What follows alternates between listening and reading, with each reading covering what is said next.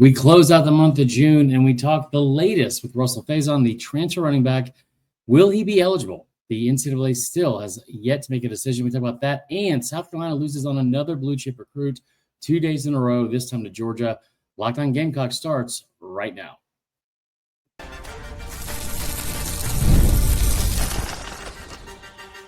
You are Locked On Gamecocks, your daily podcast on the South Carolina Gamecocks. Part of the Locked On Podcast Network, your team every day.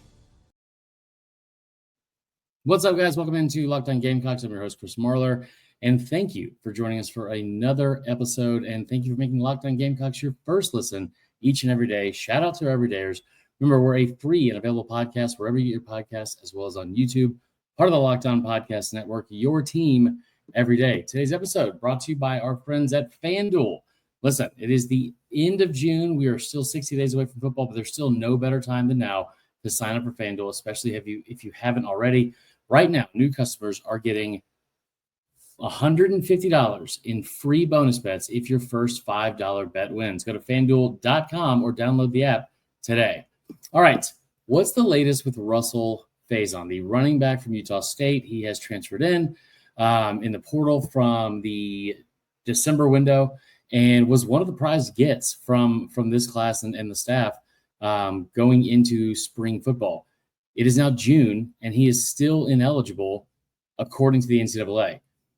This feels a little bit ridiculous to me for a number of reasons. Surface level and just like without taking like a deeper dive into what's actually going on, it looks like a ridiculous, like another instance of the NCAA doing the most when they don't have to and going as far out of their way to make, I don't know, life hard for student athletes, which is the opposite of what their entire mission statement says they're supposed to do as an organization. But we have seen it time and time again.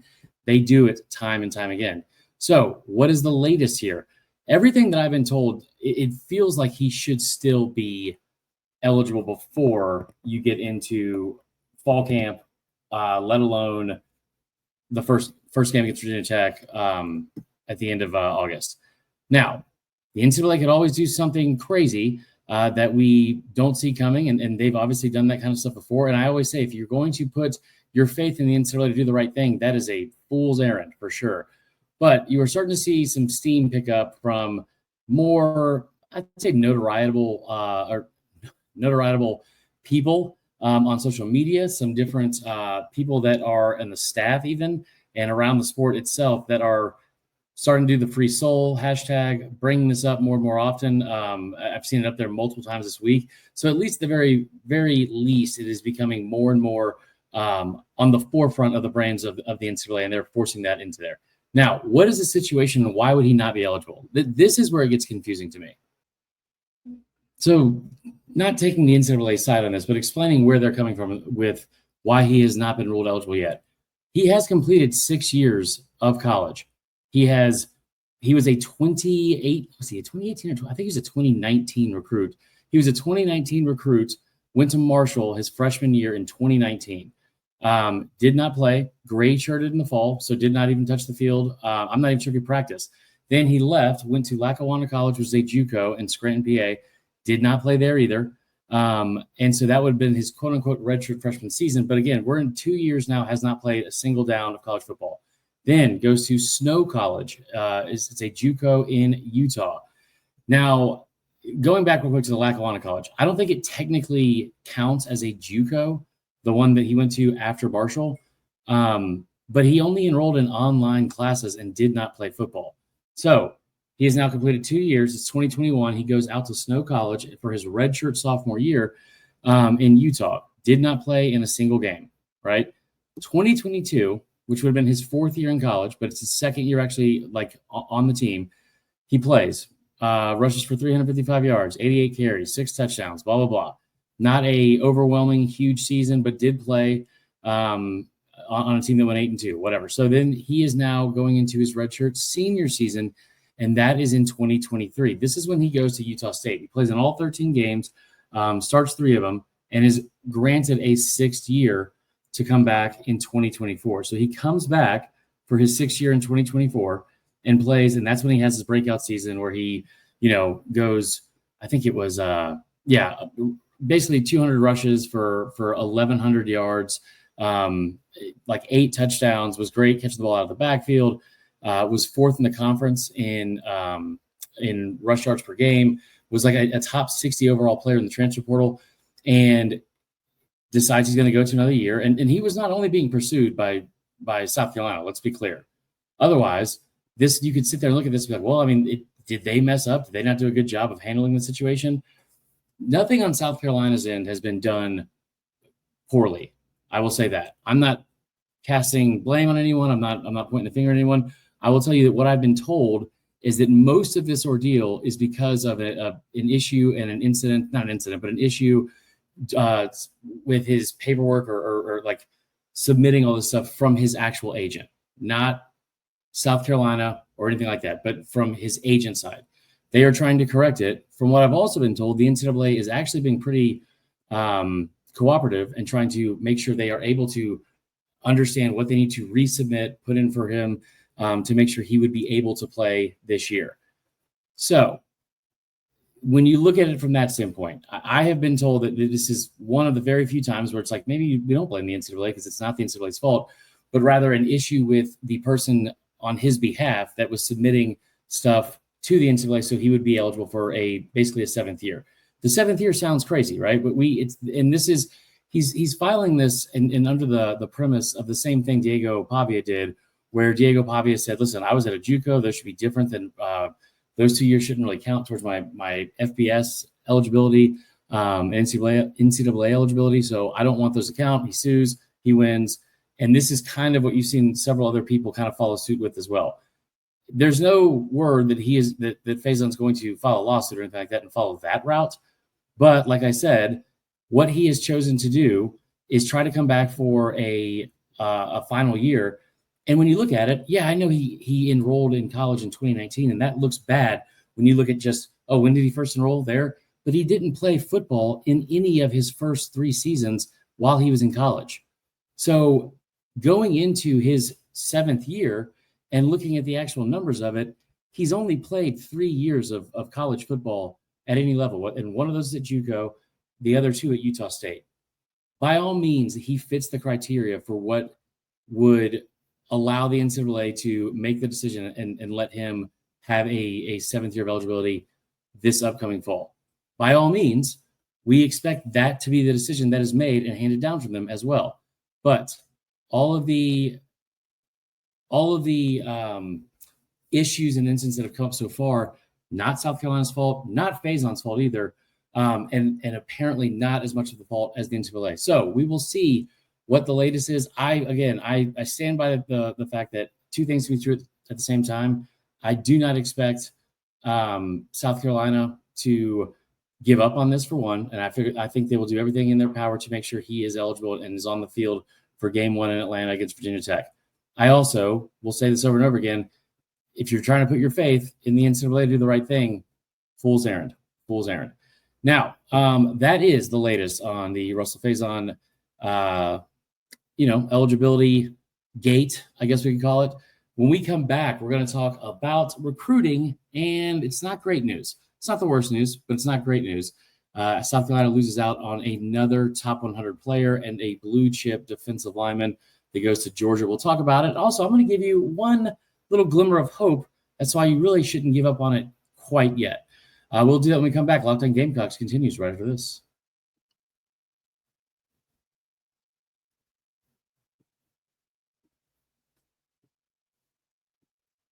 All right, before we come back and talk all things South Carolina and close out the month of June, I do want to give a quick shout out to our friends at FanDuel.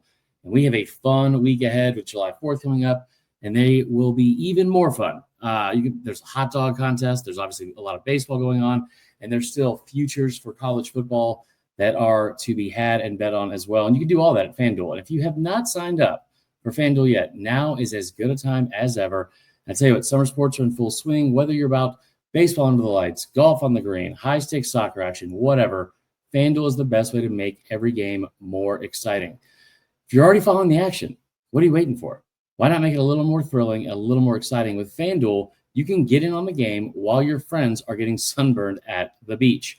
So go, if you are a new customer to FanDuel and you have not signed up yet, I'm telling you, once again, get over there, either download the app or go to FanDuel.com, either or, and have everything right at your fingertips. If you are a new customer, if you bet $5 and that bet wins, they will give you $150 in free bonus bets just for that. So open the FanDuel app today or visit FanDuel.com to get started. All right, so big news, not great news, comes out today. 4-star blue chip, top 100 defensive lineman P.J. Dean out of West Forsyth and Clemens, North Carolina. He was announcing his commitment today. It was between South Carolina, Georgia, and Ohio State. It was pretty clear going into the final days that it was a 2-team race between South Carolina and Georgia. His brother played at Georgia, Jared Wilson, for a number of years, and so he's very familiar there. But I wouldn't say I'm shocked. It's not a shock that he necessarily chose Georgia. If we're being honest, like I brag all the time about how good of a job this staff does at developing players, especially defensively. They have been incredible at that over the last several years, especially under Clayton White, and I expect that to continue. But if you are a defensive lineman and you're trying to figure out how to get to the NFL, going to Georgia is not a very bad route. And so you have to give credit where credit's due. Dean is a consensus 4-star. He is a top 150 player on all 4 sites. And the feeling out of the South Carolina camp going into the final day was that they felt pretty good about their chances. Talked to a few people that were close to Georgia. They felt like it was going to come down to the very final day. But as of Sunday, even, we're recording this on Monday, as of Sunday, they felt like, he was gone. And one of the reasons why is because I don't know if you guys have kept up with recruiting in the month of June, but Georgia has gone on an absolute tear and had 14 recruits in the month of June alone. Several of those guys that they brought in and got commitments from were defensive linemen. This is nothing new. This is what Kirby Smart does, right? You build the trenches and you build with elite defenders to bring to your program. And that's what he has done, and credit to him, right? But he goes into this decision. It was 3:30 on Monday, and the rumor was he reached out to Georgia at the very last, 11th hour, and said, "Do y'all even have room for me for this class?" Because when you look at their class, and I just told you who they brought in. They brought in James Johnson. This was a day ago, 4-star top 50 player at the defensive lineman. They brought in Kamari Brooks, edge rusher, top 120 player. They brought in, let's see here, as a linebacker, another defensive end, another defensive lineman. That was at the end of May. Another edge rusher, and another defensive lineman from last year's class also. That's a 4-star, one of the top players coming out of McEachern, and he's an JUCO prospect. They have loaded up this class with players at that specific position. That's kind of why I thought South Carolina had a pretty good chance of getting him. And plus the fact that Georgia just kept on landing more and more defensive linemen and defensive players. And so I don't know where they're all going to fit. It's not like that the people they have on the roster currently are lacking in talent. So getting there, they do rotate a ton of guys under Kirby Smart. That's kind of their MO on defense is you don't just have 4 starters. If you look back to the 2021 defense, especially, I mean, you had guys, who was the guy drafted number 1 overall, went to Jacksonville. I'm drawing a blank on his name right now. He wasn't even a starter. Went to the combine, showed out. He played a ton, but wasn't even technically a starter. Gets drafted number 1 overall a couple years back to Jacksonville. They have done a tremendous job of making sure that everyone they have is rotated. They play a bunch. They keep the legs fresh, and you get a lot of action and potential chance to get on the field and get on the field early. I get that part. I will also tell you, if you're talking about a class that is 24 total commits, and there's that many of them already, let's count them up here. 1, 2, this is great radio. 3, 4, and then 5, the one you got yesterday. 6 total defensive linemen in that class. That's a lot to compete with. So here's what I'll say. It sucks that you've now lost out on a second top 100 blue chip player in as many days.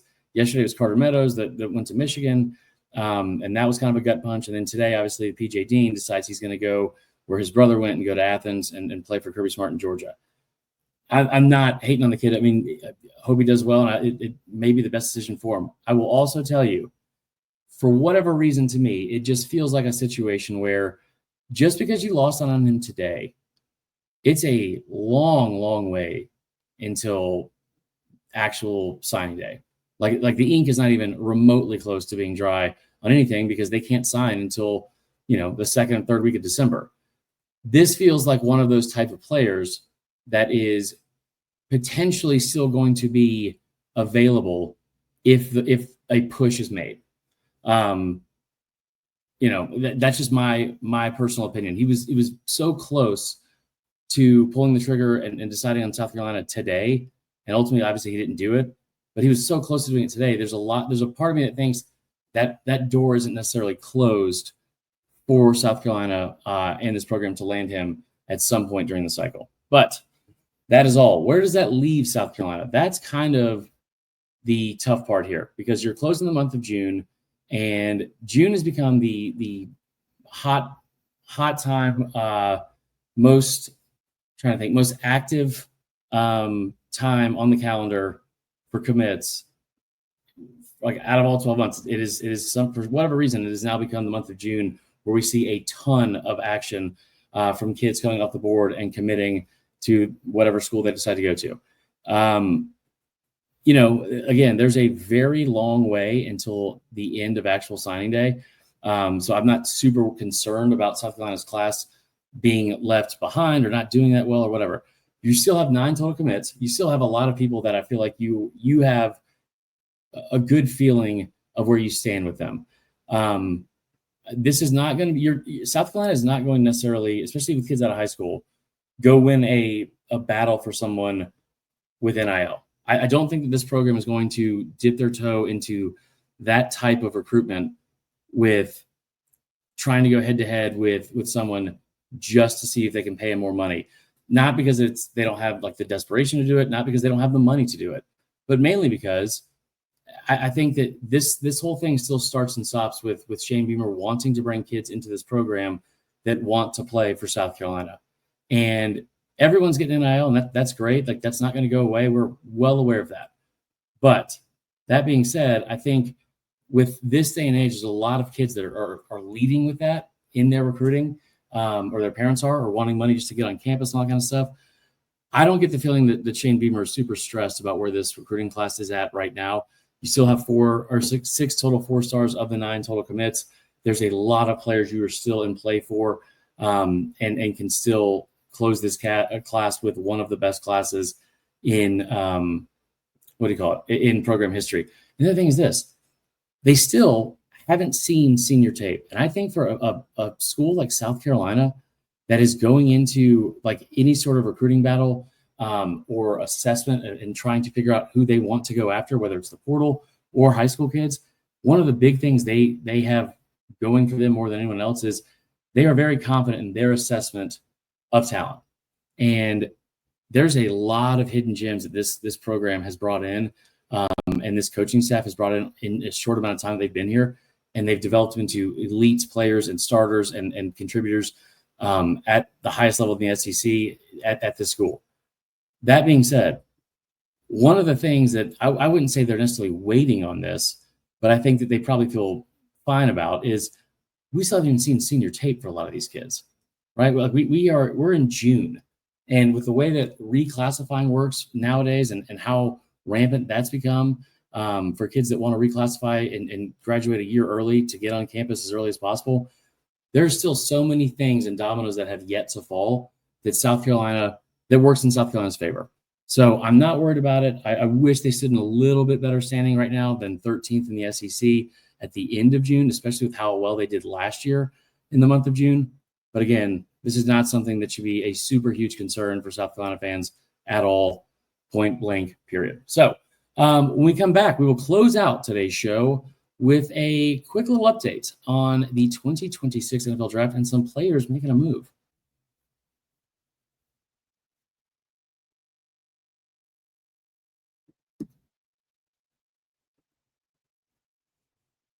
All right, let's close out today's show with the latest from the 2026 mock draft. Not anything that's super pressing, obviously, with the fact that it's June 30th of 2025. But talking about some of the players that are in the latest mock draft. This is from On3, and it is from, let me make sure I have this correct. It is from Matt Miller, the former podcaster, also worked at Bleacher Report, good dude, and then turned NFL analyst and NFL draft scout working with ESPN. Now he is one of the main guys they have every single year on like the board and the panel and everything like that during draft day. So he has put out his early 2026 NFL mock draft of the summer. Cade Klubnik is who he has going number 1 overall, which is whatever. There's also 3 total players from Clemson in the top 6 picks overall, which is honestly, we should not be surprised. They are loaded, especially on defense, and that is something that is not going to be that abnormal going into all the mock drafts we're going to see. But from South Carolina, there's only 1 player projected in the first round of this one, and it, of course, is Lenore Sellers. Lenore Sellers at 16 going to the Pittsburgh Steelers. What I thought was also interesting out of this, you talk about 32 total players, right? 32 total players that are included in the first round of this mock draft. And the number of them that came from the SEC and our opponents of who South Carolina will be playing this year, it's staggering. Just going through it and looking at it right now. I mean, so Clemson alone had 5. LSU had 2. You had even Eli Sowers, the tight end from Vanderbilt that I've been so high on. He's been really good. He's in the top as well. So they have, Bama has, I believe, 3 or 4 guys that are up there as well. Roughly a third of the first round projected, at least in this mock draft, are players that are either from the SEC or going to be playing against South Carolina this season. So it's kind of interesting. I thought that was something of note. And then the other thing, I will tell you this. Lenore Sellers, him being projected as a first-round pick at all is something we should all take pride in and be excited for. 16, if he gets drafted 16, sure, fine. Him being a first-round pick, considering where he was and what people thought about him going into last season versus now, is a huge accomplishment and testament to how hard he's worked and great for him.